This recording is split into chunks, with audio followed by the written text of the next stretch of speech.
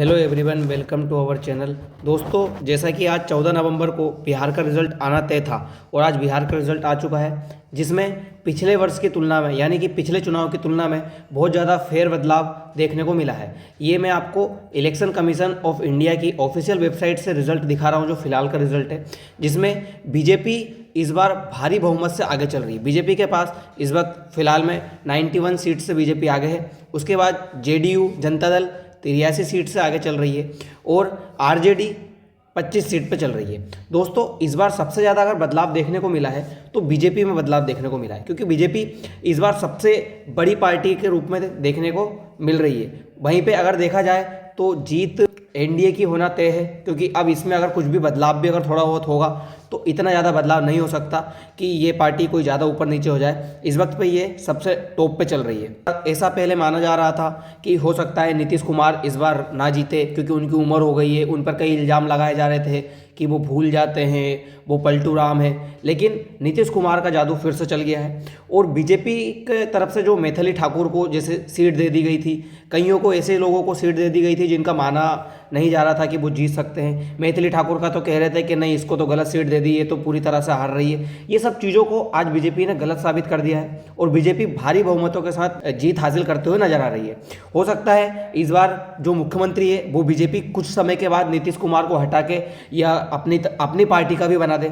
हो भी सकता है ऐसा, क्योंकि जो नीतीश कुमार है वो उनका इस बार ऐसा लग नहीं रहा है कि पूरे 5 साल सीएम के तौर पर बैठेंगे। और अभी फिलहाल में नीतीश कुमार को सीएम बनाना जरूरी है, क्योंकि आपने देखा होगा केंद्र सरकार की तरफ से अभी फिलहाल में गठबंधन में जेडीयू शामिल है और 16 सीट अपनी जो दे रखी है उसने बीजेपी को।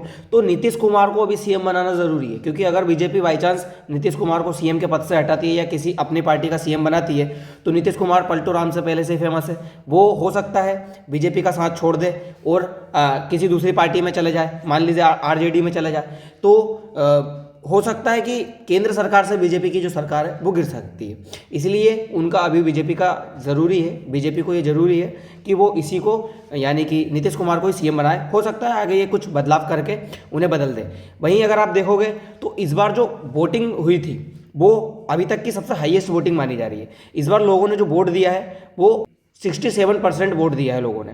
मतलब बिहार के इतिहास में इतना वोट कभी नहीं डला जितना इस साल डला है, मतलब इस चुनाव में डला है, जिसमें सबसे ज़्यादा अगर वोट देखा जाए तो वो फीमेल का है, यानी महिलाओं ने सबसे ज़्यादा वोट इस बार डाला है। और इन्हीं की वजह से माना जाता है कि हो सकता है बिहार का जो चुनाव है, ये साइलेंट वोटर भी कहा जाता है फीमेल को, इन्होंने ये इस वोट को पलटा है, इस चुनाव को पूरी तरह से पलट दिया। वहीं अगर मेल का देखें तो मेल ने यानी कि पुरुषों की तरफ से 62% जो है चुनाव में वोट डाला गया, वो इनकी तरफ से डाला गया। और इस एनडीए का या बीजेपी का जीतना सबसे बड़ा ये तो माना जा रहा है कि इन्होंने ना वेलफेयर जो काम किए थे, यानी कि जो प्रूफ किया वादे किए थे, वो इन्होंने लगभग आधे पूरे कर दिए। और जो दूसरी पार्टी ने वादे किए थे ना, वो उन्होंने बिल्कुल भी पूरे नहीं किए थे। मान लीजिए जैसे जो तेजस्वी यादव की पार्टी है, उन्होंने क्या करा था, उन्होंने कहा था कि हम अगर जीत के आए तो हम हर घर में एक सरकारी नौकरी दे देंगे। अगर मान लीजिए ये लगभग 2.5 करोड़ नौकरी हो रही है, तो 2.5 करोड़ नौकरी कैसे पॉसिबल है, हो ही नहीं सकता। इसलिए लोगों को लगा कि नहीं, ये इम्पॉसिबल वाली चीज़ है, ये कर नहीं पाएंगे। तो कहीं ना कहीं इस वजह से जो ये वीक हुई है इनकी अपोजिशन, ये वीक होने की वजह से बीजेपी जो जेडीयू है इनको काफ़ी मुनाफा हुआ। और ये वहीं पे अगर आप देखोगे तो बिहार में जो टोटल वोटर्स है वो है लगभग 74 करोड़ के आसपास। और अगर ये देखा जाए कि मतलब बिहार में टोटल सीट कितनी है, तो बिहार में टोटल सीट है 243, जिसमें अगर मेजोरिटी है तो वो 122 पर मेजोरिटी आ जाती है। और बिहार मतलब जो देश का चुनाव है उसमें इतना इंपॉर्टेंट इसलिए रोल करता है क्योंकि बिहार में लार्जेस्ट है जो चुनाव परसेंटेज है ना वोटिंग शेयर का, वो सबसे ज़्यादा बिहार में है। तो क्योंकि बिहार की तरफ से जो एमपी है वो 40 एमपी जाते हैं कहाँ, लोकसभा में 40 एमपी लोकसभा में जाते हैं। मतलब ये सबसे बड़ा शेयर है लार्जेस्ट किसी भी स्टेट का, कि इतने ज़्यादा एमपी किसी राज्य की तरफ से लोकसभा में जा रहे हो।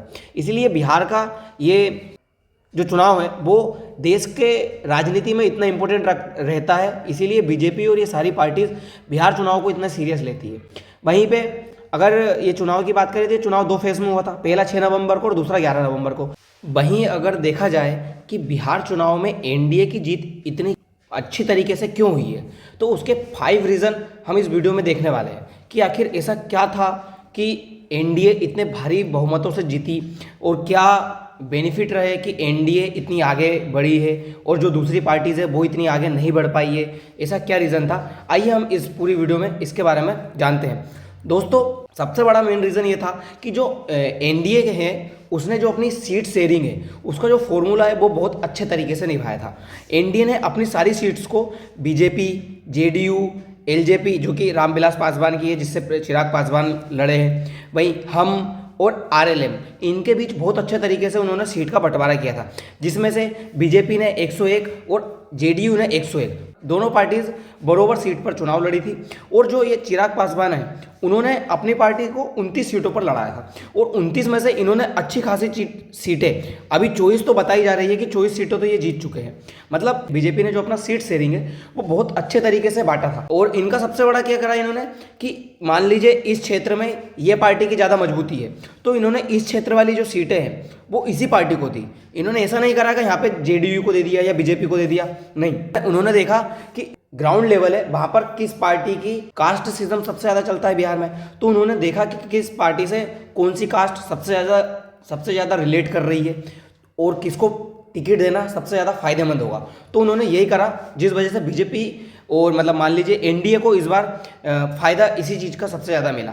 वहीं कांग्रेस का ये सबसे गलत हुआ। कांग्रेस ने क्या करा, लो 70 सीट पे कांग्रेस को लड़वा दिया एक ही जगह पे, जो कांग्रेस की अभी तक की सबसे बुरी कंडीशन बताई जा रही है। कांग्रेस बताओ 6 सीट पर भी जीत के आई है, 70 सीट पर आप चुनाव लड़ रहे हो, 6 सीट पर आप जीत के आ रहे हो, मतलब आपने आरजेडी को ले डूबे हो।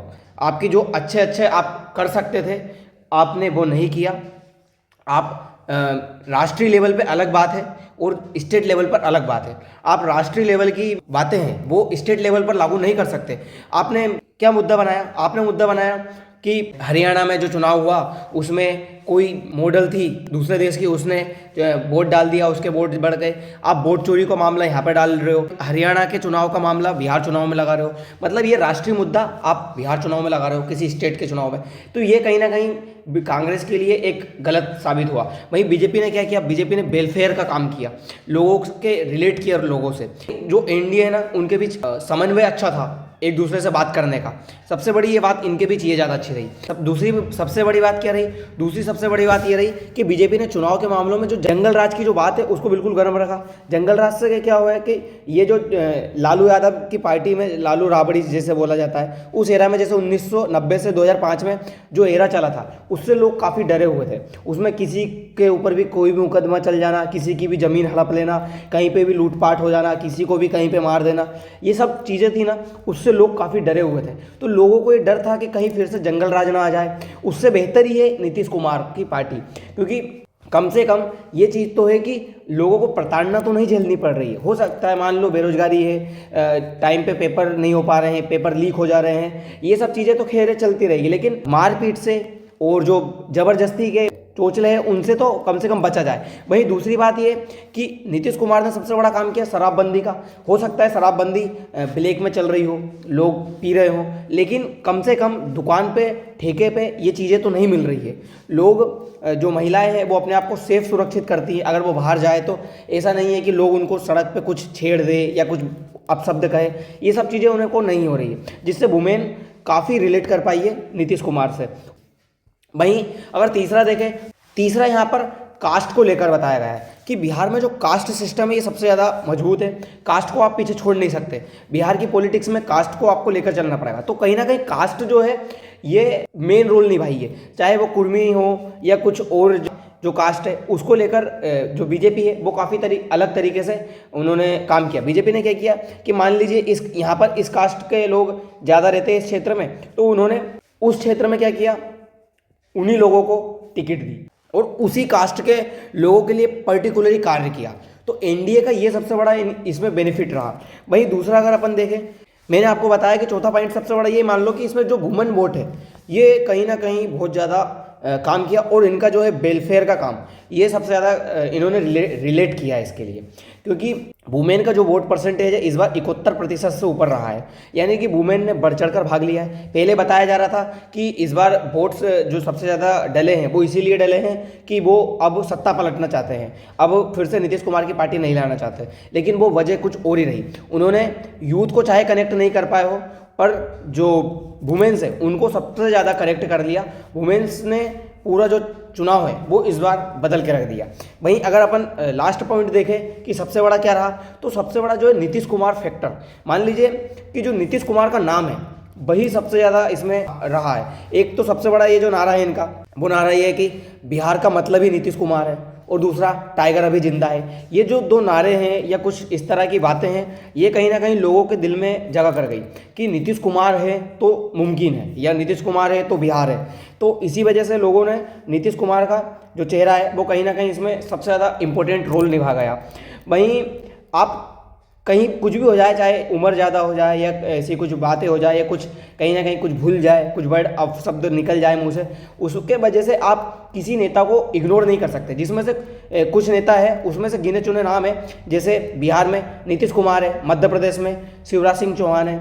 इसे ऐसे लोगों को आप इग्नोर नहीं कर सकते। इनका अपना ही एक अलग वोट बैंक है, ये पब्लिक से ज़्यादा कनेक्ट हो पाए हैं। कुछ पार्टियाँ क्या हुआ है कि ये हेलीकॉप्टर से आए हैं, ऊपर से हाय हेलो किया, उसी में रह गए और निकल गए। लेकिन ये जो नेता है ना, इनको मैंने देखा है, ये लोगों के बीच जाते हैं, ये लोगों से मिलते हैं, ये लोगों को अपने में कनेक्ट करते हैं। तो लोगों को थोड़ा ऐसा लगता है कि यार ये अपनी सुनेंगे, ये अपने से मिलते जुलते हैं, अपने जैसे ही है, अपने से अलग नहीं लगता। क्योंकि लोगों को क्या है, कोई कोई जो हेलीकॉप्टर में घूमता है, मतलब बड़ी बड़ी कारों में चलते हैं, तो लोगों को ये लगता है कि यार अपन अलग है और ये अलग है। पर ये लोग क्या करते हैं, ये कुछ नेता ये लोगों के बीच जाते हैं, उनसे मिलते हैं, बातें करते हैं, तो लोग उनको अपना मानते हैं, उनको कनेक्ट फील कर पाते हैं।